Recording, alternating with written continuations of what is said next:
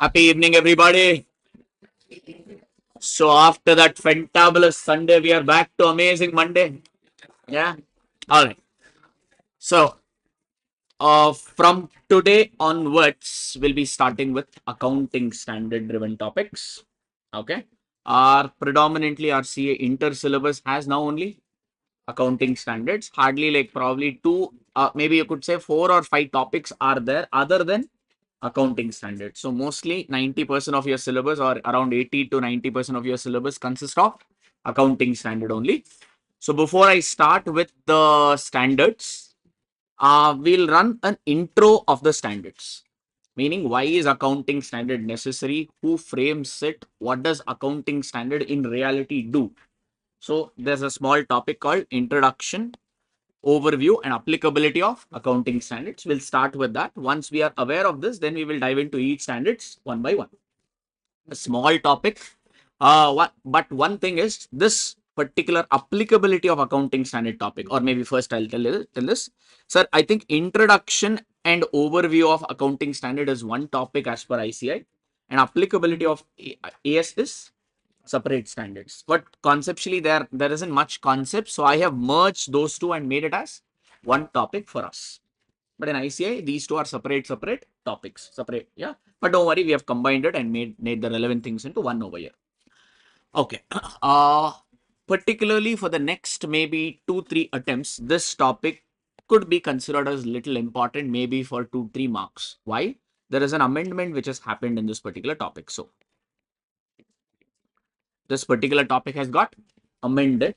Not a major amendment, but usually the thumb rule of the CAs, whenever an amendment has taken place, after the amendment, for usually 3-4 topics or 3-4 attempts, we say the amendments is little important.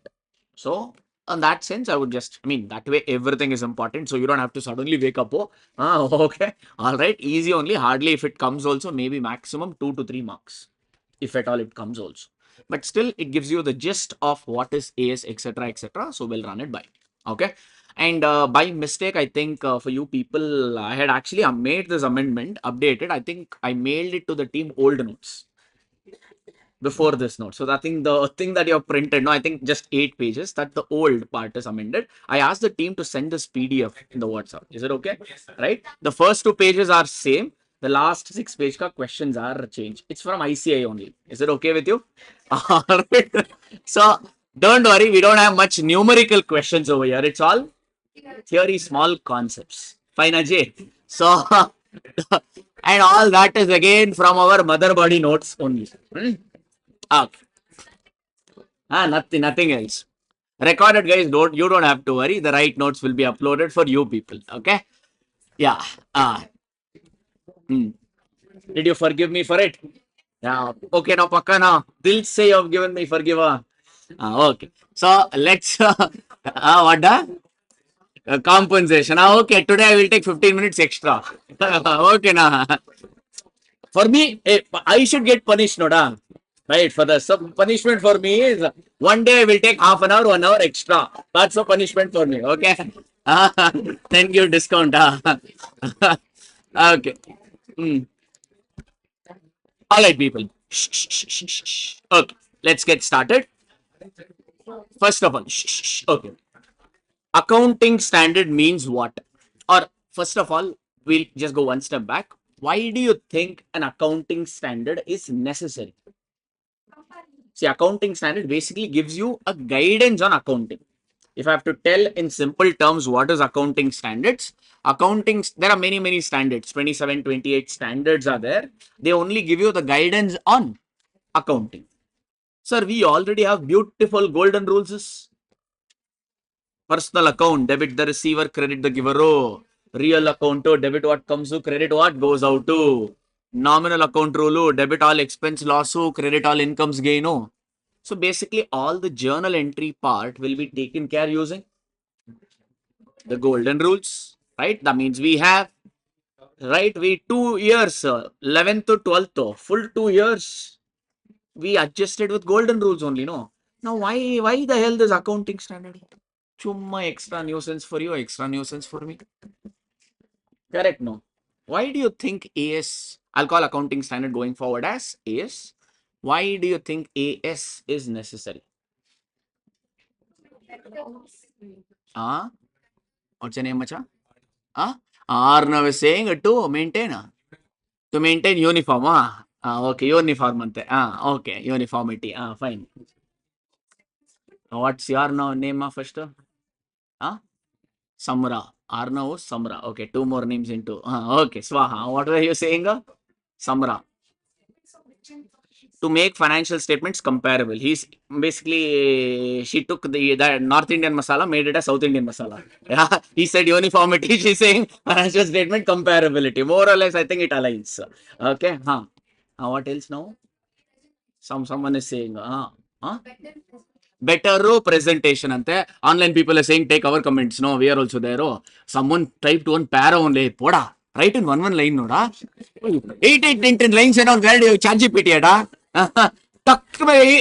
Literally 1, 2, 4, 5, 7 lines he has typed in hardly 7 seconds. So, Makka chat GPT. This is chat GPT. Anybody else? True and Paka auditing student. Karthik sir told true and fair view. Put into accounts. Then to create the confusion. How you are saying to create confusion ante. To clear the confusion. Fair enough. Yes, whatever you are saying is absolutely right. But people, if you just look at it from a very basic level, let me ask you some basic questions. I think that will give you a better perspective as to why this AS is required. Ensuring comparability. Correct. Online Zindabad. Whatever you are saying, right only. Uniform standard. Correct. Arno. In party. Okay.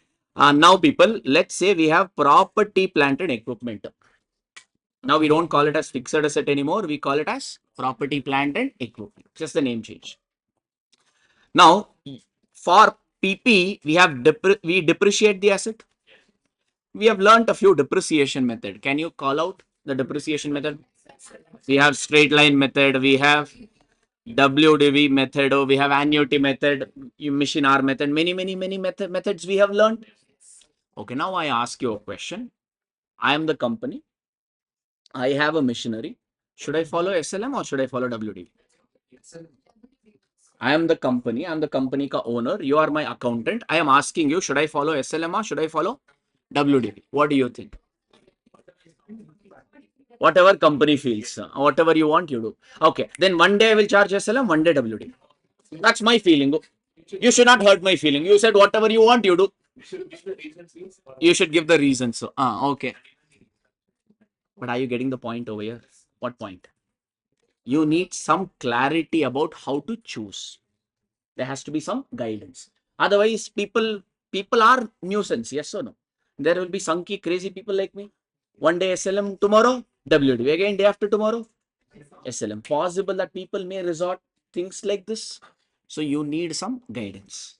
Okay. Similarly, if you take one more example of the same PP, let's say the book value or the carrying amount of PP is 10 lakh today.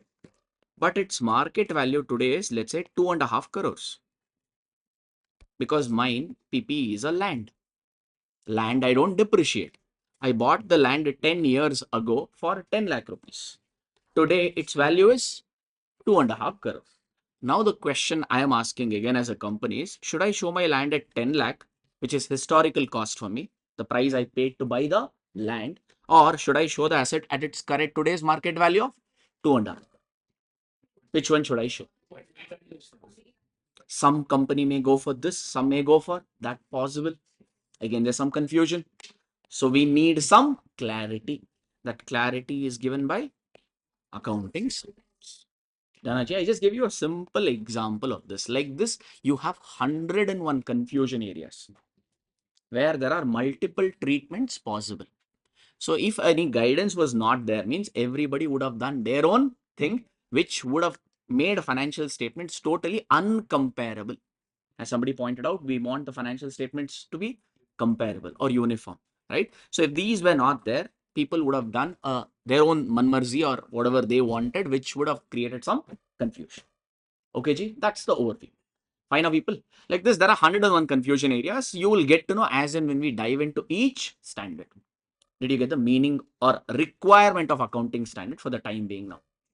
Everyone cool?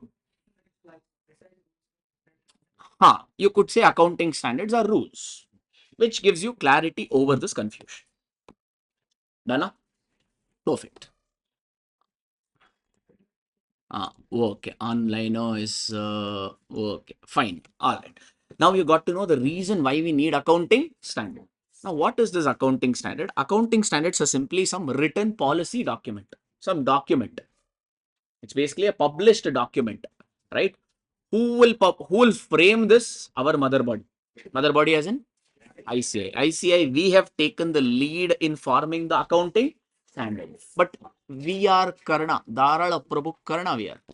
That means we do the work. We do the work, but we give the credit to somebody else. Credit is taken by MCA, Ministry of Corporate Affairs, meaning ICAI forms the accounting standards, but the publishing of accounting standards is done by the government. Which government body? Ministry of Corporate Affairs, MCA. For company, MCA is only applicable for the corporates. For non-corporates, like partnership firms and all, right? Even for partnership firms, sole proprietor also accounting standard is applicable. For them, accounting standard ka publishing rights is with the ICI. So what did we learn so far? ICI is, accounting standards are formulated or formed by ICI. Publishing rights for company is taken up by MCA. Publishing rights of accounting standard relating to non-corporate entity is with the ICAI, our institute. Okay, that's all it is. Done, Ajay. That's all is the first para. Can we get to the next one? Okay. Sir, what does accounting standard target? Or if you want to tell, what is the overview of the scope of any standard? Any standard for that matter talks only about 4 areas. Whichever standard. Broadly, they only talk about four areas, which we will remember it as RMPD. What? RMPD. Recognition, measurement, presentation, disclosure. Recognition, measurement, presentation, disclosure. That's all. Every standard targets only these 4 areas, nothing around that. Okay, Ji. Sir, what is this, sir? What is recognition? Okay, let's take an example. Who should I take? Okay, let's take her example. Since she's writing something, I don't know what she's writing. Chanchala, correct, no? Chanchala, no. Started showing her Chanchalate. She said, Dabba fellow, I am not understanding your class. Chumma, you are coming and putting blade, 4.5 hours. So, yo, somehow I have paid fees now. I have to offer the, and academy people are causing headache for attendance also. So that's the reason. Physically, I am present. Mentally, long back, I am absent. If she had said that much also and left it, I would be okay, man, no problem. Your personal feelings I would have taken. She took one step ahead, sir. You know what she did? She said she doesn't like my class and filed a case for 1 crore against me. Paying 1 lakh fees or 1 crore demand.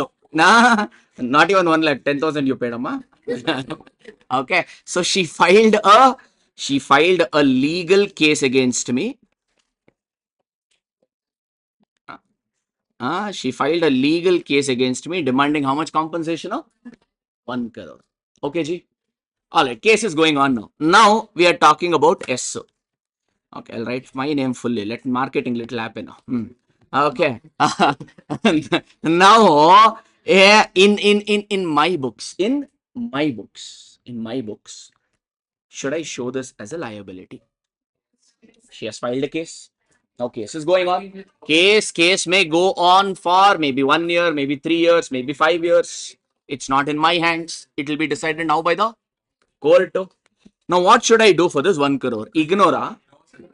I can ignore her, but can I ignore the legal case of 1 crore is what my question is. That's the first area, to recognize something or not recognizing something. To recognize something or not recognize something. If you say yes, we should account it, that means indirectly you are saying we should recognize this. If you say don't recognize, if you say only give a disclosure, show it in your notes to accounts, that means indirectly you are telling do not recognize. That's the first area accounting standard targets, to recognize something or not. Got the R portion? Got the R portion of it? Okay. Next is what, sir? M as in measurement. Sir, if at all you say yes, recognize. If at all you say yes, recognize. Then the next question I'll ask you is, okay, I will recognize in my books, but at what value? Just because she has demanded 1 crore compensation, do you think court will honor or ask me to pay 1 crore? No, my lawyer told, let's say you can settle for 1 lakh. You can settle for 1 lakh. That means, should I book 1 crore or 1 lakh? That's the measurement aspect of it. Should I book 1 crore or should I book 1 lakh as suggested by my lawyer? This is the second part which the standard gives a guidance, which is the measurement. At what value should we show a particular component in our books? R over M over. Any doubt? No. Next one is P. P for presentation. Presentation. Okay. If at all you say, all right, show this in books. Show this in books. At what value? I say 1 lakh. I say 1 lakh. Now the next question is, this 1 lakh, it's a liability for me. Should I show this as a non-current liability or as a current? That's another. That's the presentation part. Presentation part talks about, should we show this as a current component or a non-component? Or should we show this in balance sheet or in P&L? Okay, if at all you say P&L, which category?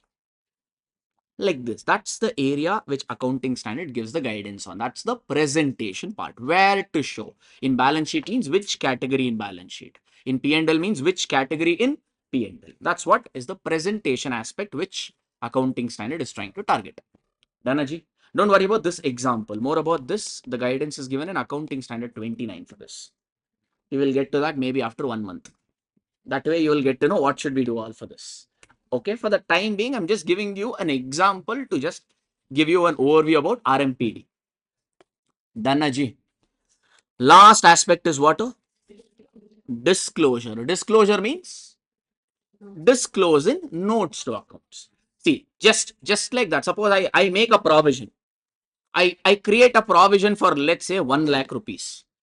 I made a provision for 1 lakh rupees and I showed it as a current liability. Assume. Under my current liability, there is something called what? Provision. I call it as something called provision for mental damage. Okay. Provision for a lawsuit, I'll call it.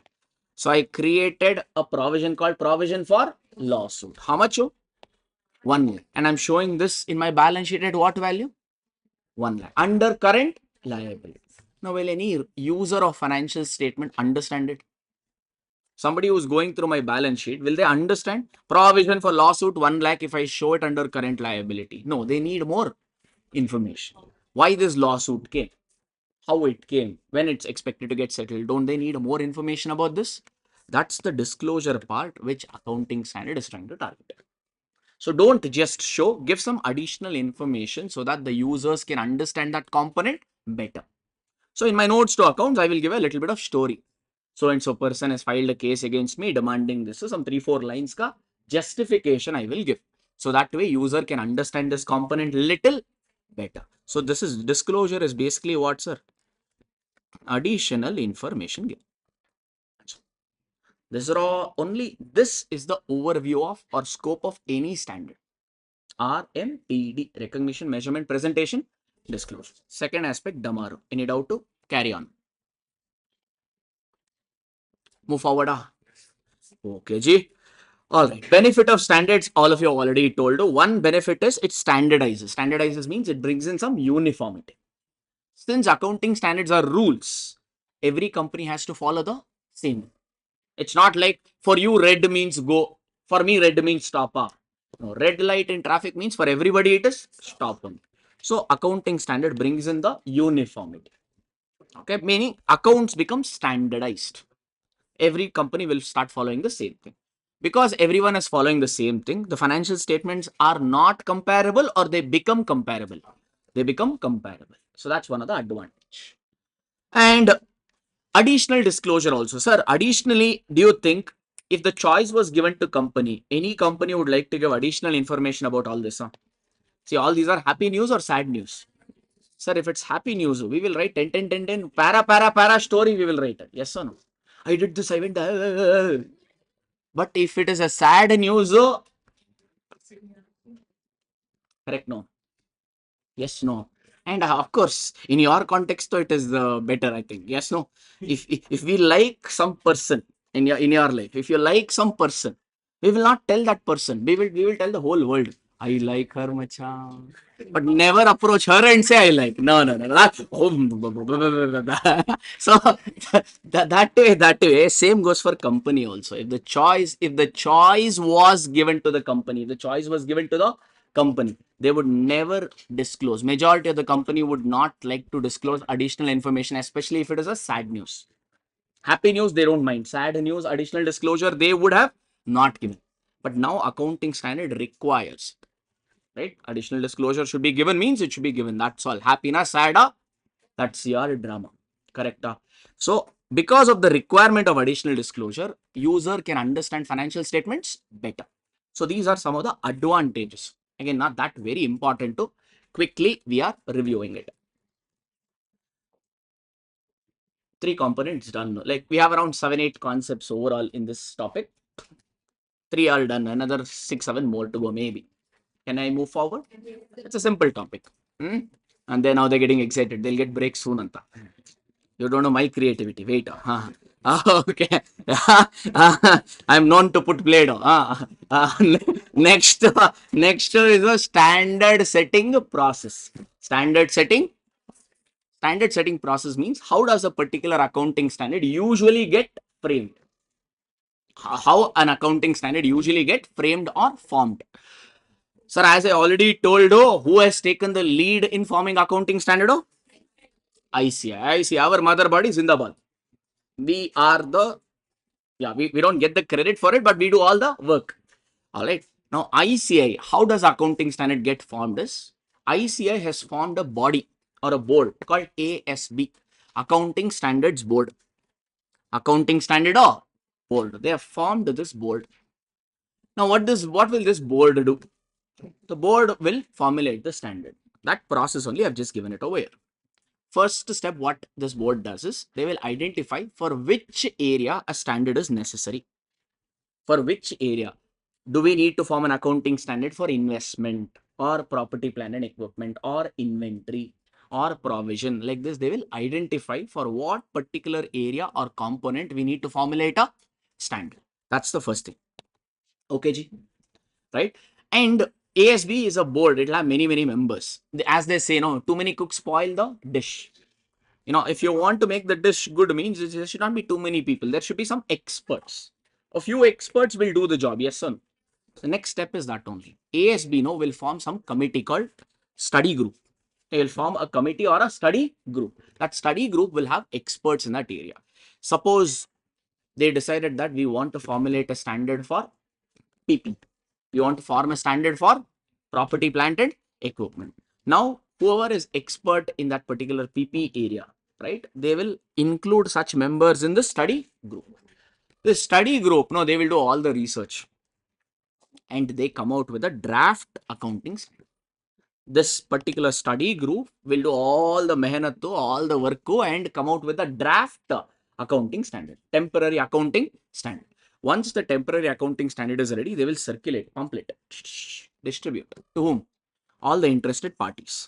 That could be Income Tax Department, your Controller and Auditor General of India, C&AG, Direct Tax, CBDT Committee, right? Company Secretary Board. Because accounting standard has an impact on many other bodies also. No? So they will distribute accounting standards, this draft standards to all the interested parties and say, hey, machas and machis, go through and tell me if you have any comments. Tell me if you have any reservation. If you have any comments, please let us know. If people comment, if ASB feels it is valid, they will consider and revise that particular draft again. They may consider a few comments, they may ignore a few comments, and finally, the final standard will be given to ICI Council. The final standard will be given to ICI Council, and Council will say Zindabad. ICI Council will say Zindabad, meaning accounting standard is finalized from ICAI side. That's all is the process. Okay, Saru. Then our government will come in and say, thank you for your work. Now onwards, I will take care. Then MCA will publish it. MCA will publish it in consultation with NEFRA, National Financial Reporting Authority of India. Okay. This is for whom MCA will publish accounting standard for which corporate entity. For non-corporate entities, the issuance of accounting standard is still with whom? ICA. Okay. This is just a quick overview of how a standard gets formulated finally. Done, Ajay? Again, these are not that important, but once in a while they do turn up. 2 marks, 3 marks, right? Sometimes they come. Pretty straightforward, correct, Noji? Not much of a headache. Yes, no?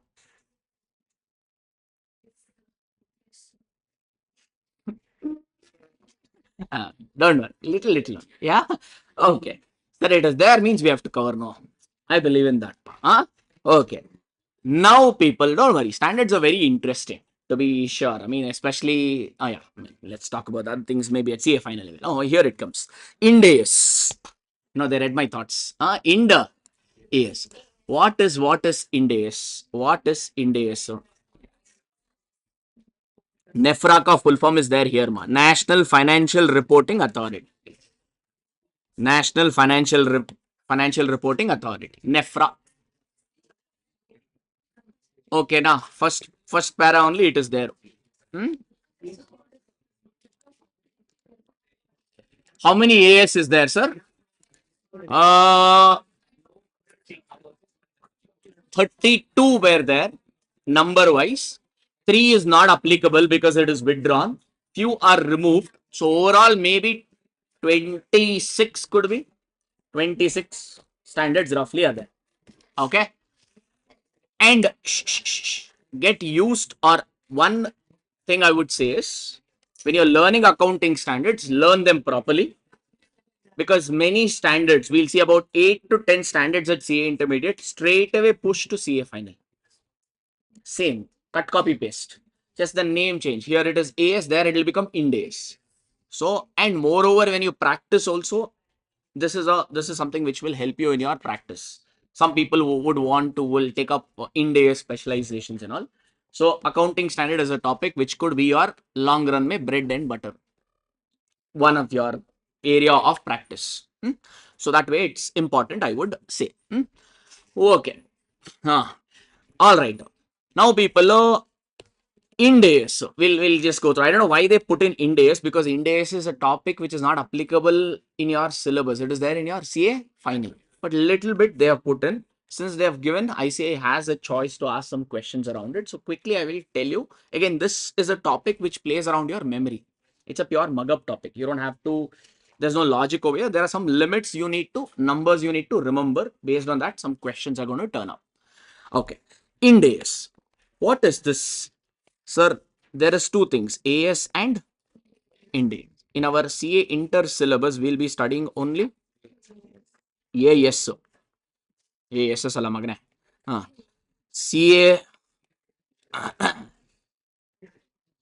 CA final में you will be studying Ind AS. Okay ji. CA inter का syllabus 80 to 90% is around AS. CA final का almost you could say 99% syllabus is Ind AS. There is no topic. There is only Ind AS. Okay. All right. What is this Ind AS? Sir, AS is a local standard. AS is a local standard. Ind AS is a international standard. That's all is a difference. This is local law. This is international law. So right now we are local law. So we are studying AS. Once we come to CA final, we'll become international. So we'll become sophisticated and we'll learn Ind AS. Okay. But basically there are some different rules. Sir, that means company will apply both, sir? No. Companies will either apply AS or they will apply Ind AS. A company will either apply AS or they will apply Ind AS. Okay. Sir, what about partnership firm sole proprietors? Partnership sole proprietor always AS. For you to apply Ind AS, you have to be a company. Ind AS is only applicable for the companies. Okay, ji? Now, that's a thing. Little bit about this is there. So we will study which companies have to apply Ind AS. That's all is given. They have not given much over there. Don't worry about that. Names, games and all. Now, what is this? People, and just because I'm talking about international standard does not mean this is applicable for international company. An Indian company only, an Indian registered company only either will apply AS or they will apply Ind AS. Now, which Indian company will apply accounting standard, which Indian company will apply Ind AS is what we are about to discuss. Now, we are saying for which company Ind AS is applicable. If Ind AS is applicable means AS is ruled out. Automatically, you'll get to know. After you qualify and become chartered accountants, no, if you go for corporate, if you go for industry, you will always be applied or hired by a company which will be Ind AS compliant company. So most probably you will be working in which environment? Ind AS environment. Why? Sir, Ind AS is applied to company in two phases. Ind AS was a big change. In fact, it was a big reporting standard. Okay, back about few years back, it was a big, definitely a big change. So it was, since it was a big change, it was applied in two phases. Two phase, phase one and phase two. Phase one of Ind AS was applicable from 1st April 2016. 1st April 2016, and it's mandatory, not optional. Few companies have to mandatorily apply Ind AS from which date? 1st April 2016. That is your which phase? Phase 1. Now the next question is which company? Very simple. If a company ka net worth, is 500 crores or more, if a company ka net worth is 500 crores or more, such company will have to apply Ind AS mandatorily from which date? 1st April 2016. And they come under which category? Phase 1. Okay, ji. Yes, sir, ji. What? And this company could be a listed company or a unlisted company. A listed or an unlisted company whose net worth is 500 crores or more automatically comes under phase 1. Phase 2 is next year. After 1st April 2016, the next 1 year means what will be the date? 1st April 2017. Okay. Suppose I am a listed company. My net worth is 475 crore. My net worth is how much? 475 crore. Will I come under phase 1? No. For me to come under phase 1, I should have a net worth how much? 500 crores or more. My net worth in my example is how much? 470. So did I come under phase 1 or I escaped? If I'm a listed entity which has escaped phase 1, I come under phase 2. So basically all listed entities will come under phase 2. All listed companies which has escaped phase 1 will come under phase 2. Doesn't matter. Their net worth may be 1 rupee, 1 crore, doesn't matter. If you are a listed entity, compulsorily you need to apply Ind AS. Either you will apply in phase 1 or you will apply in phase 2. But for listed entities, the listed entities means those entities whose shares or debentures are listed in the stock exchange. That stock exchange could be India or could also be outside India also. Okay, anywhere if your shares or security, if you are listed means you have to compulsorily apply Ind AS. Either in phase 1 or in phase 2. Actually, there are some good questions on this, but all these are CA final questions. So here they have not given all that, so I'll not worry about that. I'll just quickly discuss remember the limits that they may ask. At the end may also I'll tell you how to remember quickly. Just 4 numbers you need to remember, whole chapter will be covered. Okay, in terms of memory, I'll leave it that to me, I'll make you remember that. So far, are we good with this? Comfortable with this? Yes? Okay. Now, what about unlisted company? So far, we talked about what? Listed company. Sir, if an unlisted company ka net worth is 500 crores or more, if an unlisted company ka net worth is 500 crores or more, they will come under which phase? Phase 500 ka half. 500 ka half. How much? 250 crore. If an unlisted company ka net worth is 250 crores or more, but less than 500. 250 crores or more, but less than 500. Then they come under what? Phase 2. Got the things, huh? Just can we quickly summarize now? Okay. Listed entities, tell me people. If the net worth is 500 crores or more, it will come under phase 1. Okay. If it is less than 500 crore, doesn't matter if you are listed automatically. It could be anything. It could be 1 crore, 10 lakhs, 20 lakhs, 40 crore, 200 crore, doesn't matter. If you are a listed entity whose net worth is less than 500 crore, automatically you come under phase 2. Now next is for unlisted entity. If the unlisted entity ka net worth is 500 crores or more, it comes under phase.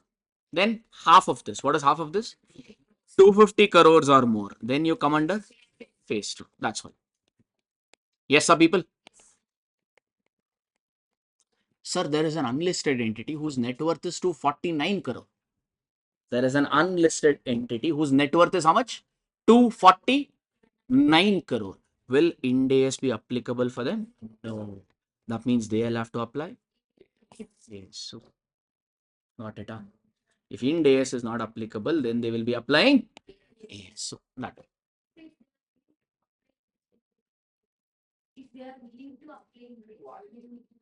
She's saying voluntarily can companies adopt Ind AS acceptable. Somewhere I've written here. Leave.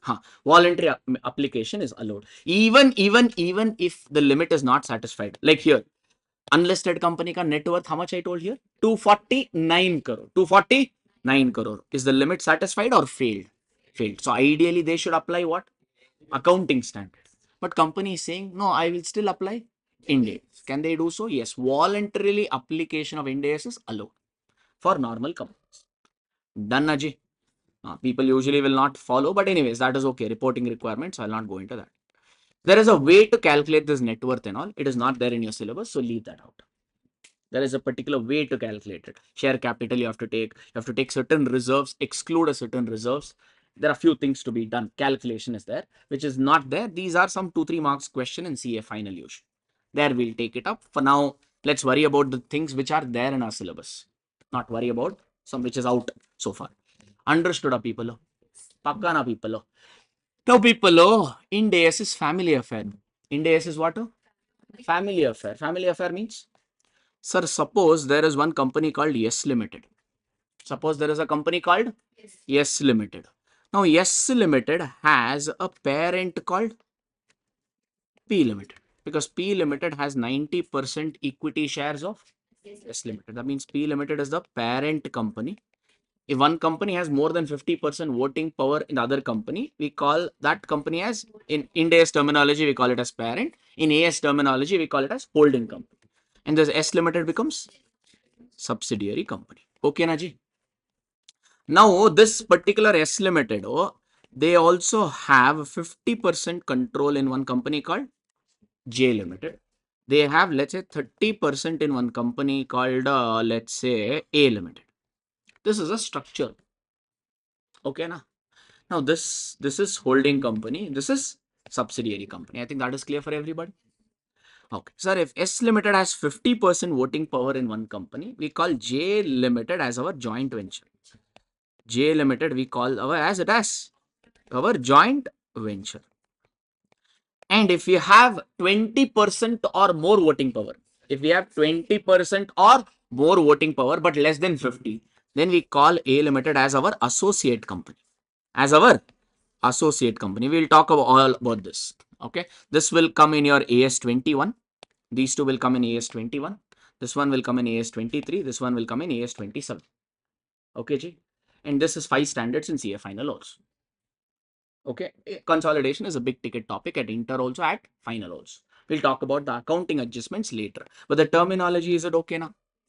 The structure wise, everybody clear? So basically, S Limited has one parent also. They have one subsidy. They have one joint venture also. They have one associate also. Okay, Ji. If you want, you can build one more also. One more tree also you can build and say S Limited also has some. Let's say S Limited has 90% in S1 Limited. Or maybe make it as B Limited. That means B Limited becomes subsidiary. Okay. So this particular S Limited has a parent also, it has subsidiary also, associate also, joint venture also. And this particular S Limited company ka net worth is 500 crores. This particular S Limited ka net worth is how much?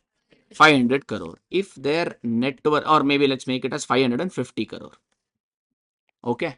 Now you tell me S Limited has to apply which? AS or Ind AS? S Limited has to apply AS or Ind AS? Ind AS. Everyone good? And what did I say? Ind AS is what affair? Family. If you are applying Ind AS means your parent, your subsidy, your associate, your joint venture, all of them also have to apply Ind AS. Like that. We believe in union. Okay. If I am falling in the well means take 3-4 more people along with you and fall. Per company. Okay. So Ind AS is a family affair. Understood that way? No. People. P Limited is an unlisted company. P Limited is a unlisted company whose net worth is just 10 crore. Whose net worth is just 10 crore. That means ideally, P Limited should apply what? Ideally, P Limited should apply AS. Because limit satisfied or not satisfied? Not satisfied. Individual limit failed. But Ind AS is what affair? Family affair. Because subsidiary is applying Ind AS, parent also has to compulsorily apply Ind AS. This subsidiary also compulsorily Ind AS. Basically, this whole group has to apply what? Ind AS. No choice. Compulsorily, all the company in the structure have to apply Ind AS. That's what this particular point is trying to say.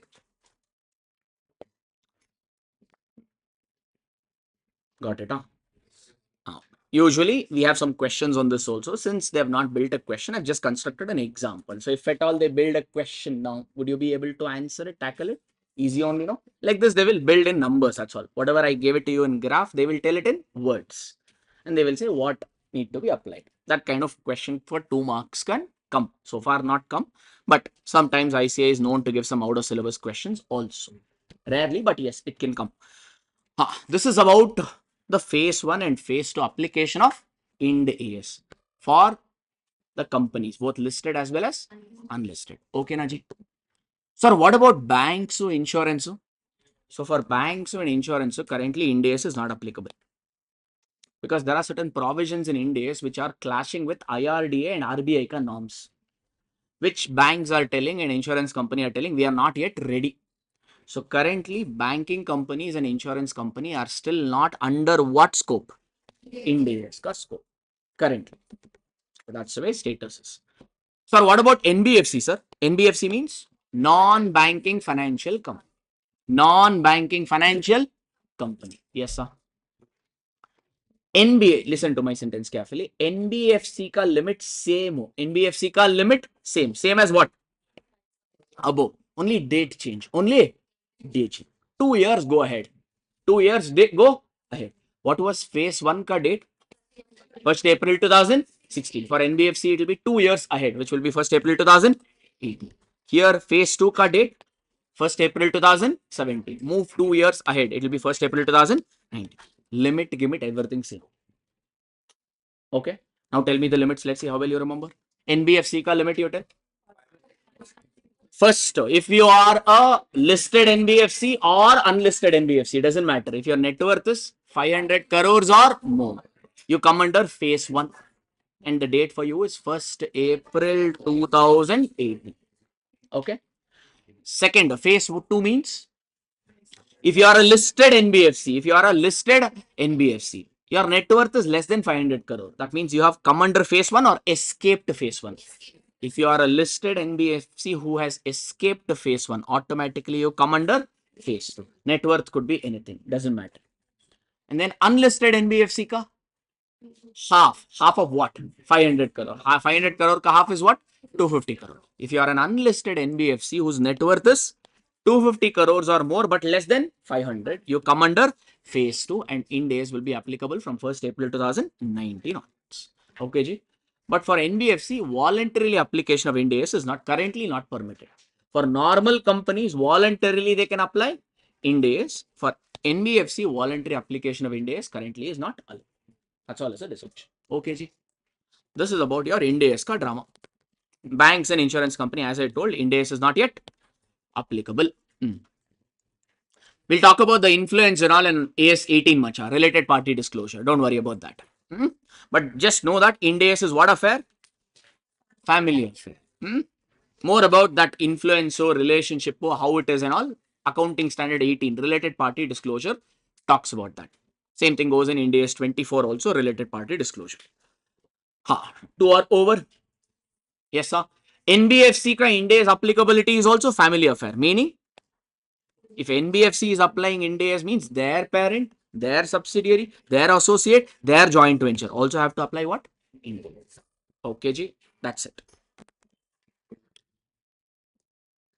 Sir, AS and Ind AS same, sir? No. There is a hell a lot of difference between AS and Ind AS. In fact, the basic framework itself is different. The thought process between AS and Ind AS only is very, very different. Okay. So a lot of interesting things you will learn. A lot of new and interesting things you will learn in your CA final. Okay. So there are, what am I saying indirectly then? There are a lot of differences. Sir, why AS we are learning Ind AS, sir? Our syllabus is AS, so why are you telling all this, sir?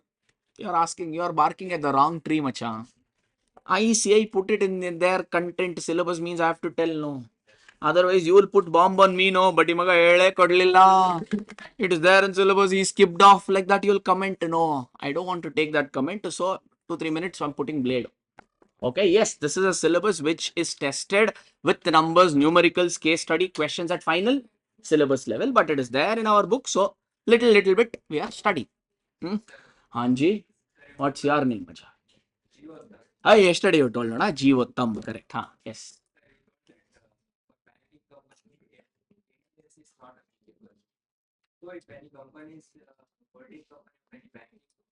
Hmm.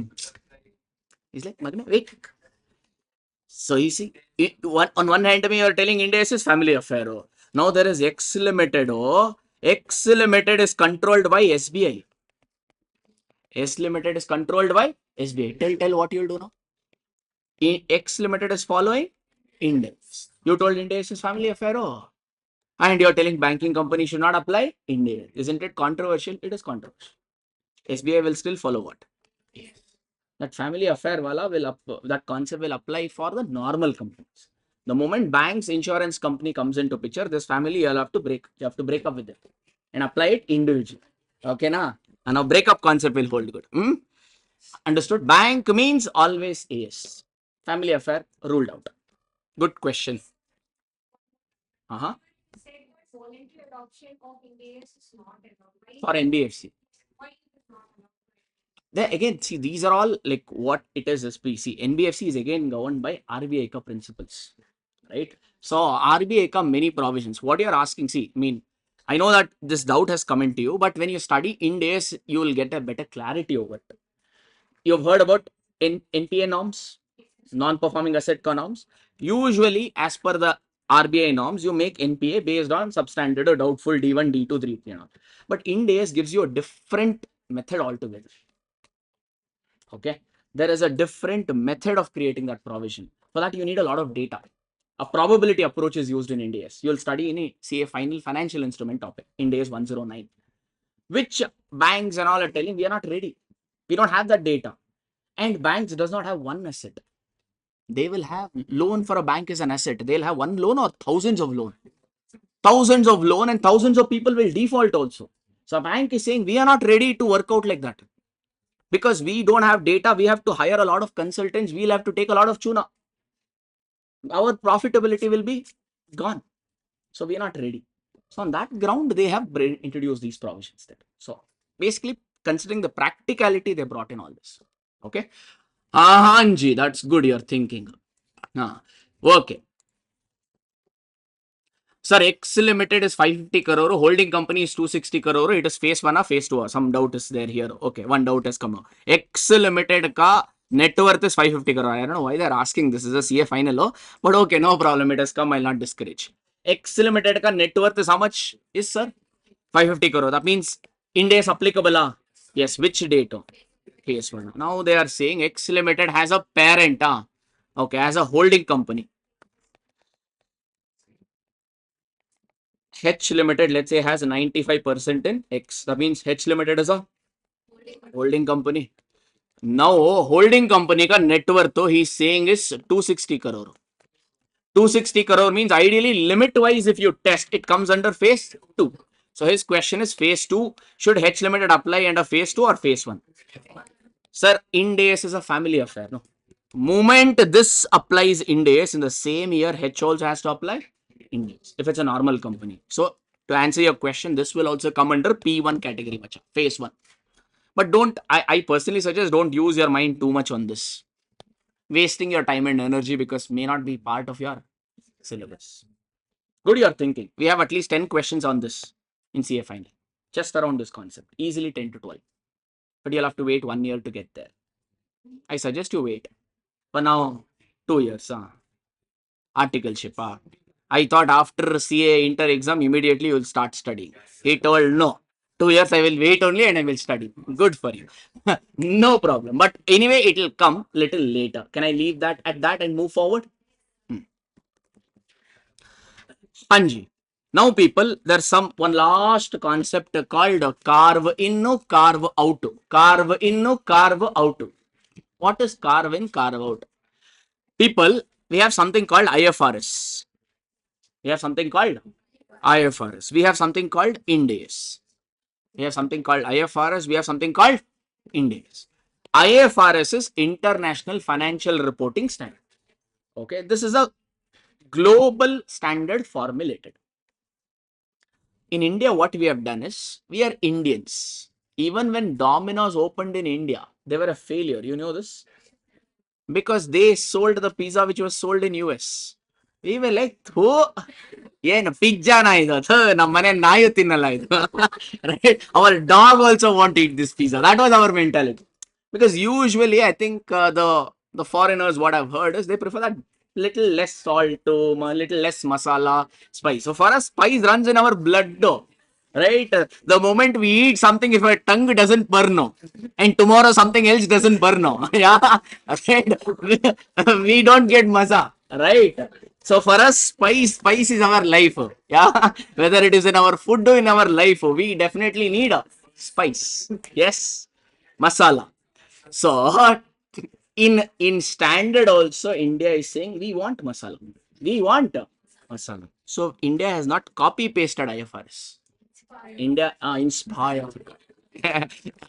India has not copy pasted IFRS. We say India has converged. No, inspired. Inspired works mostly for the movies. And in the standard terminology, we call it as India has converged. India has converged to IFRS. That's the reason we don't call it as IFRS. We call it as Ind AS. So we have kept IFRS as a base. We have kept IFRS as a base. And we have added our masalas. Wherever necessary, we have made some changes. Not many changes, but there are about 4 to 5 changes. Otherwise, mostly it will tally. Okay. We have taken IFRS and made certain changes. That's the reason in India, we don't call it as IFRS. We call it as Ind AS. IFRS means International Financial Reporting Standards. Okay. Everyone got this? So these two will fully tally, or there are some differences? There are some differences. There are some differences, correct, Aji? You don't have to worry about those differences. You just need to know the meaning. The difference between IFRS and Ind AS only, we call it as carve out. IFRS ka and Ind AS ka difference is only, we give a fancy name called what, sir? Carve out. That is your carve out ka meaning. Meaning, IFRS is saying go left. IFRS is saying go left. Ind AS is saying go right. Same or different? Different. That difference only we call it as carve out. Understood?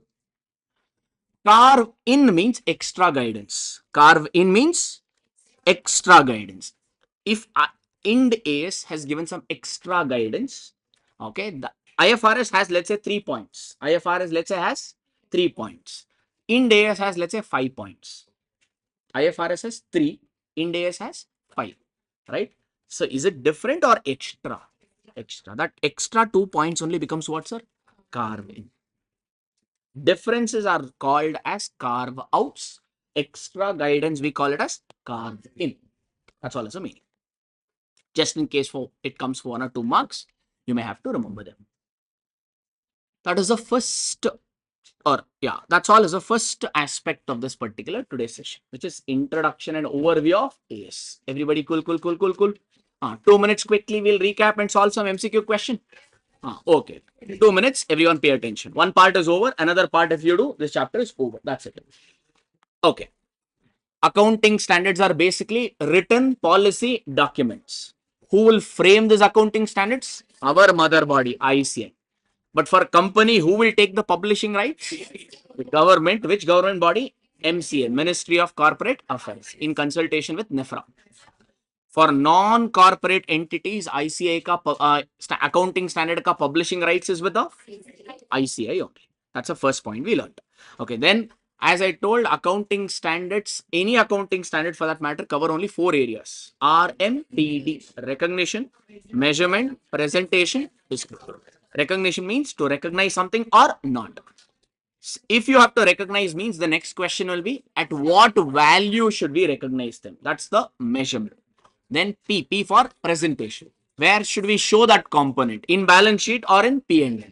Balance sheet means which category of balance sheet. P&L means which category of P&L. That's the presentation part. D for disclosure. Disclosure is giving some additional data about that particular component for understanding that component better. Okay. Benefits of standards is that one, since it's a rule, everybody has to follow the same. So accounting becomes standardized. Financial statements become comparable. Since standard requires additional disclosure, users can understand financial statements better. Those are some benefits of standards. What is the standard setting process in India? Accounting standard setup process in India is ICI is the mother body who's in charge of accounting standard. Our mother body has formed a board called what? Has a group called ASB, Accounting Standard Board. That ASB has taken the lead in forming the standard. And how do they form? How does ASB formulate the standards? First, they will identify which area we need to form the standard. Then they will form a committee, small study group with experts. Those experts will form a draft standard. That draft standard will be circulated to the concerned necessary people, other bodies for comments. If any valid comment comes, standard will get revised. Once the final revision is done, that board will give, that ASB board will give it to the ICI council. And council will say Jai, Zindabad. So from ICI side, standard is done. Then for corporate entity, MCA will publish it as a gazetted published document. For non-corporate entity, publication is with the ICI. Okay, Ji. Then we studied about Ind AS. Ind AS is basically international standards. In either a company, Ind AS will be only applicable for companies. For non-corporate entities like partnership firm and sole proprietor, you have to follow accounting standard only. Okay. A company will either follow AS or they will follow Ind AS. Ind AS for the normal company was applied in 2 phases, phase 1 and phase 2. Phase 1 ka mandatory application date was 1st April 2016. And what is the limit? Net worth being 500 crores or more. Whether it is listed or unlisted doesn't matter. If your net worth is 500 crores or more, you come under phase 2. If you are coming under Ind AS, your parent, your subsidiary, your associate, your joint venture also have to compulsory apply Ind AS. Which phase? Phase 1. If you are in phase 1, your family also in phase 1, like that. Then phase 2. Phase 2 is 1st April 2017 ka application data. If you are a listed entity who has escaped phase 1, you come under phase 2. Doesn't matter what your net worth is. If you are an unlisted entity, above ka phase 1 ka half is what? 250 crore. If you are an unlisted entity whose net worth is 250 crores or more, you come under phase 2. And again, phase 2 ka, it's the same affair. If you are under Ind AS, your whole family also under Ind AS. For NBFC, it's the same limit, same data, but the data will get pushed by 2 years. So phase 1 for NBFC will become 1st April 2018. Phase 2 will become 1st April 2019. Voluntary applicable of Ind AS for normal company allowed. Voluntary application of Ind AS for NBFC not allowed. Okay. For banks and insurance company, currently Ind AS is not applicable. Then the last thing we studied is carve-in, carve-out. Carve-out means the difference. India has not copy-pasted international standard called IFRS. We have taken it as a base and made some changes. That's what we say. India has converged to IFRS. So there are some changes between IFRS and Ind AS. That changes only we call it as carve-out. Alright, carve-in means extra guidance. Compared to IFRS, if we are giving extra guidance, means that extra guidance becomes carve-in. 5 minutes. 2 marks. Worth it, no? If it comes. Okay. Quickly, MCQ can we do? Answer. Cha. Accounting standard for non-corporate entity, who will publish? Accounting standard, harmonize accounting policy, improve reliability, everything. No, both are benefits. So this is the answer. C for Chennai answer. It is essential to standardize accounting principle because of transparency, consistency, comparability, all of the above. All are advantages. So D for Delhi answer. Okay, all in fact are homework only. Which committee is responsible for approval of accounting standards for company? For company, who is the publishing authority? MCA, Ministry of Corporate Affairs. They will publish it in consultation with NEFRA. But whole publishing authority is MCA only. For non-corporate entities, ICA. Global standards facilitate cross-border flow of money, comparability of financial statements, transparency, or all the three. All the three are benefits. Why we wanted Ind AS was these days people location is irrelevant, right? Because you are staying in India, but you are working for a Japanese company, European company, US company. You travel, someday you stay there, you earn in dollars, you earn in euro, right? These days your like location is absolutely irrelevant because the whole world has become one economy. Yes, no. So that's the reason they said when there is a lot of cross country transaction happening, why don't we have a uniform standard also, right? Why don't we have a uniform accounting standard for all the countries? With that intention, IFRS was formed. Okay. So yes, this will facilitate global standards or IFRS will help improve all of this. So hence all of the above is the answer. That's all with respect to first part. Can we get to the second part? LLP is still a body corporate. So it will come under Ind AS. It's a corporate. No, it will come under MCA, according to me. MC, it will not come under MCA. Yes. According to me, yes. My knowledge, law knowledge says LLP is coming under MCA. So Ind AS is applicable for MCS, according to me. Same limits.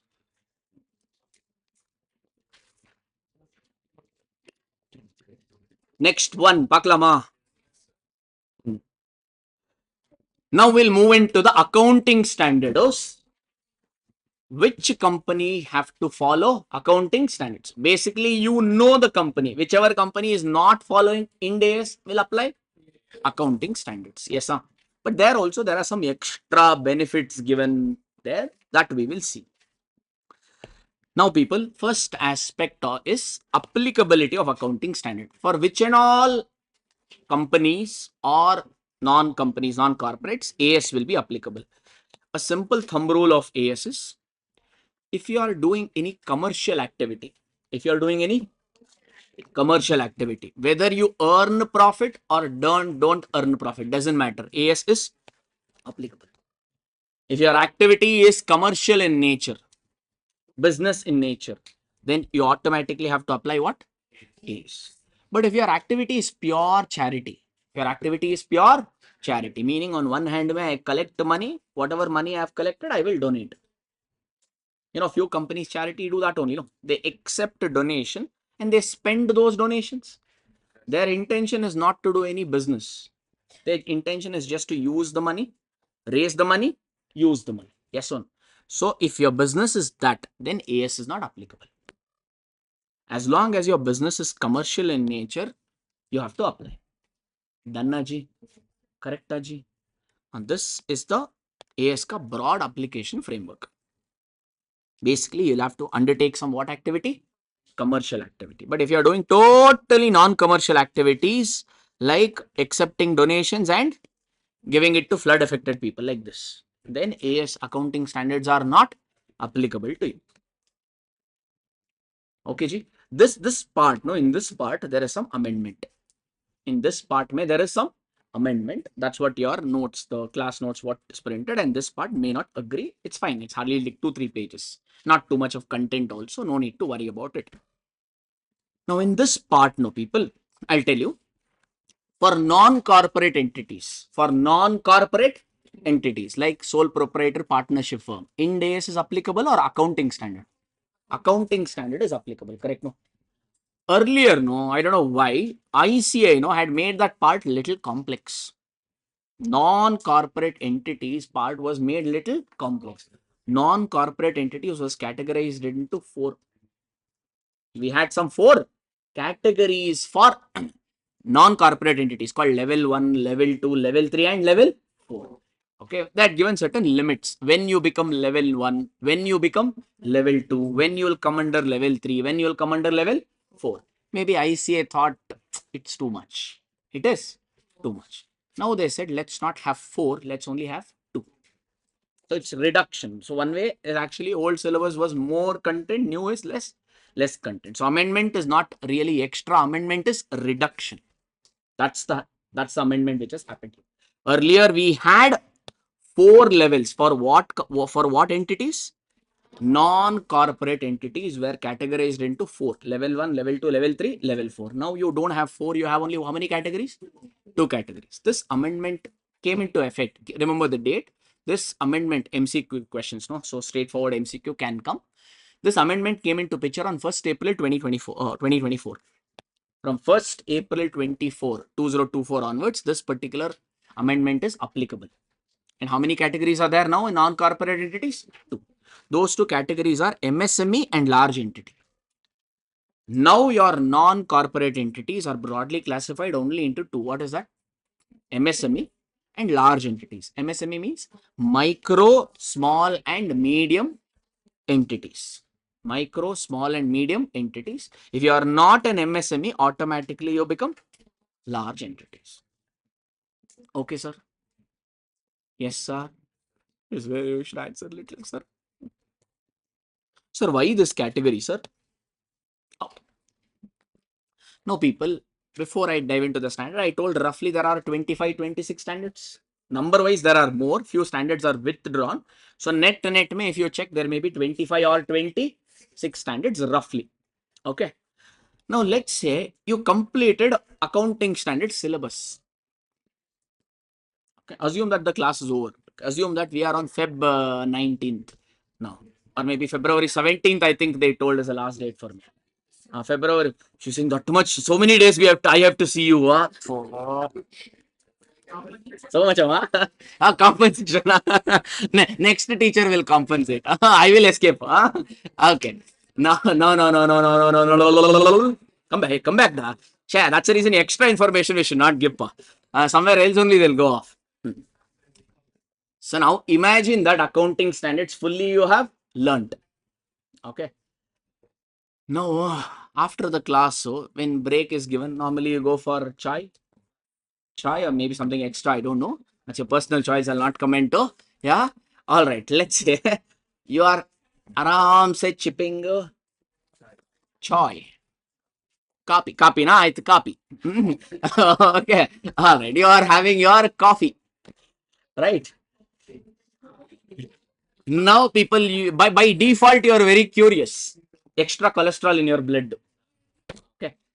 While you are having coffee or chai or whatever, chumma, you should have chai, no?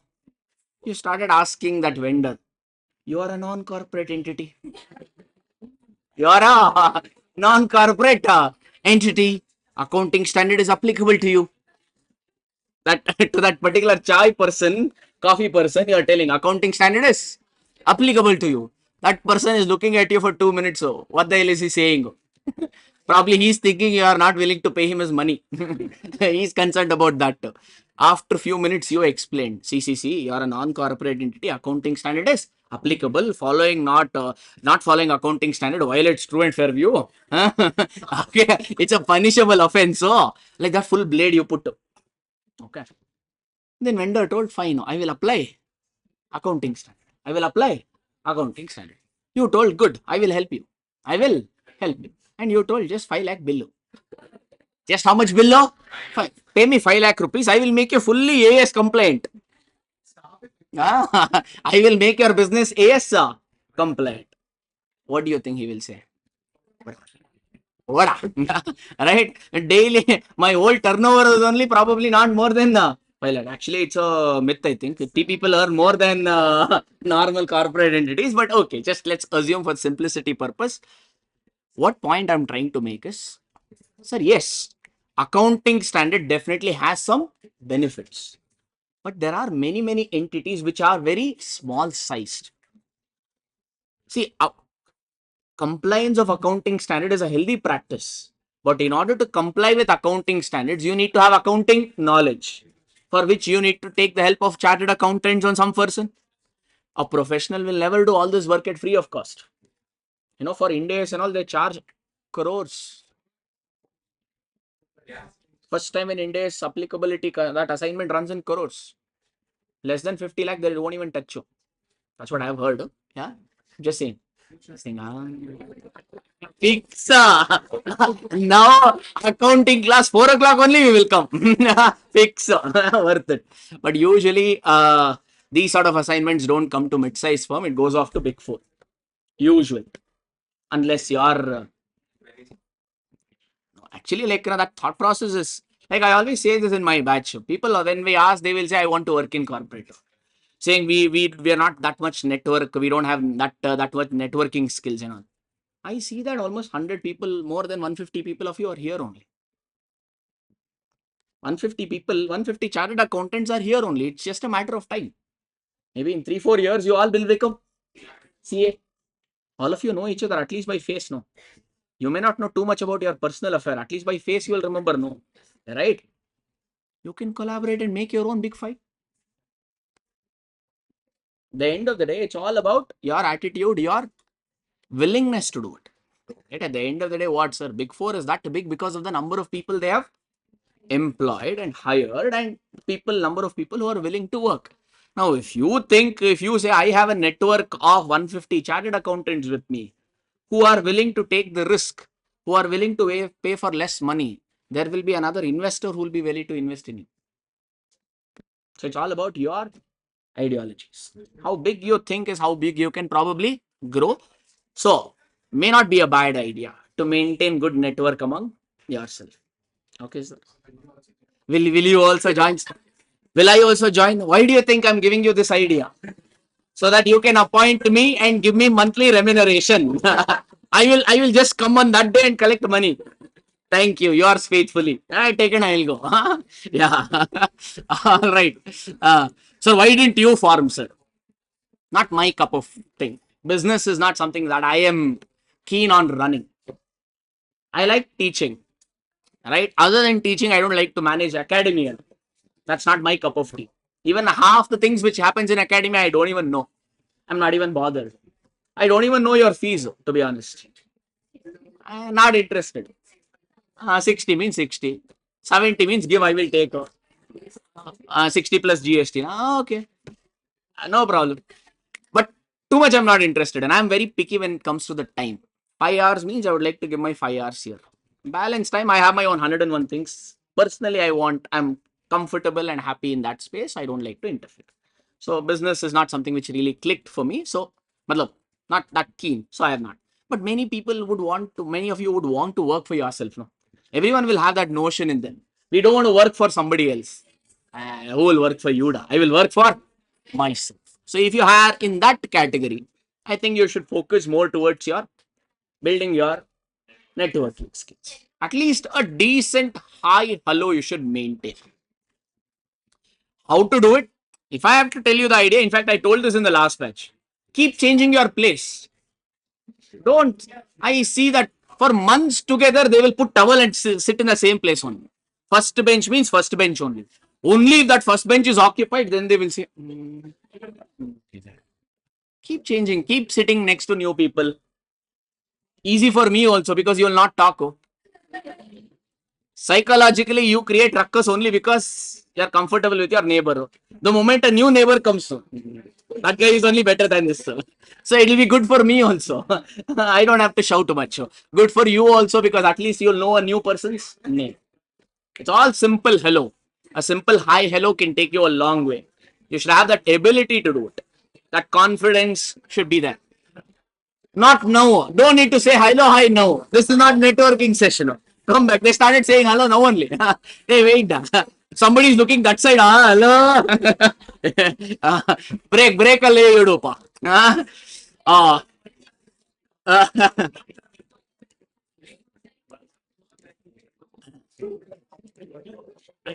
Online people what to do? Online people once you come offline. Okay. Okay. Usham, pusham. Yeah. Well.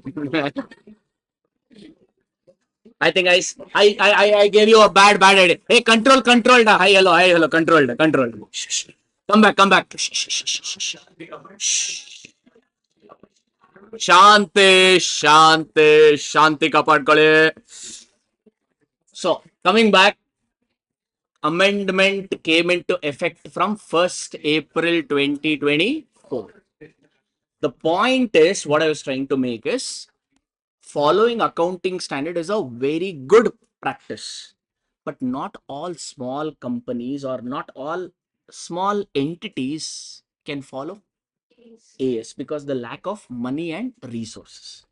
So hence, for a certain entity, certain relaxations are given. For a certain small entities, ICI has given some relaxations, meaning few standards they don't have to apply. So that's the reason non-corporate entities have categorized into two. What is that two category? MSME, large entity. So basically, if you are an MSME, micro, small and medium entities, you get some relaxations, meaning every standard you don't have to follow. If you are a large entity, you have to follow all accounting standards. If you are an MSME, you get certain relaxation. With that idea, non-corporate entities are categorized into two. Did we understand this much? Pakka, everybody? Now, next question will come into picture. When does a non-corporate entity become an MSME? There has to be some criteria, benchmark. No, otherwise, every entity will say, I am an MSME. You know, one interview, Mukesh Ambani said, I am a middle class people. Yeah, that I heard. I don't know whether he really said or not. Oh, yeah. Then that was some comedy show. Then the other person is saying, I don't want to become rich only. If Mukesh Ambani is saying I'm middle class means then they're going down. Yes, no. So like that, if there is no benchmark, everyone will say I am MSME. Which is an MSME? Which is an MSME? They have given a benchmark. What benchmark is this? For a listen, this could be important because amendment, this is new, can come as a straightforward theory or application of this theory for 1 or 2 marks, whichever way it can get asked. If you want to call a non-corporate entity as an MSME, one is it should satisfy few conditions. One, that particular MSME ka or that particular entity ka shares, it is same as Ind AS limit. Do you know Ind AS limits? You'll have to make some slight modifications, but many things will align. One, if you want to call it as an MSME, that particular non-corporate entity ka shares or security should not be listed. It should not be, their shares or security should not be listed in the stock exchange, whether in India or abroad. Or they should also not be in the process of listing. Their shares or securities should not be listed in India or abroad. Even listing paper also you should have not filed. You have not yet listed, but I have already submitted the application for listing. That also should not have happened. That's the first rule. Okay, Ji? You should not be listed, nor you should be in the process of listing. What? Your shares or any other securities, whether in India or abroad. That's the first condition. Okay. Second one, you should not be a bank or a financial institution or a insurance company. Because if by default, if you're doing a banking business, the thought process is you're not a small entity, you are quite big and you can afford to apply AS. Okay, so if you are a bank, financial institution or an insurance company, sorry, you are not a MSME. Done. Third one, turnover. Turnover limit. Two limits you already know in Ind AS. What is that? 500 crore, 250 crore.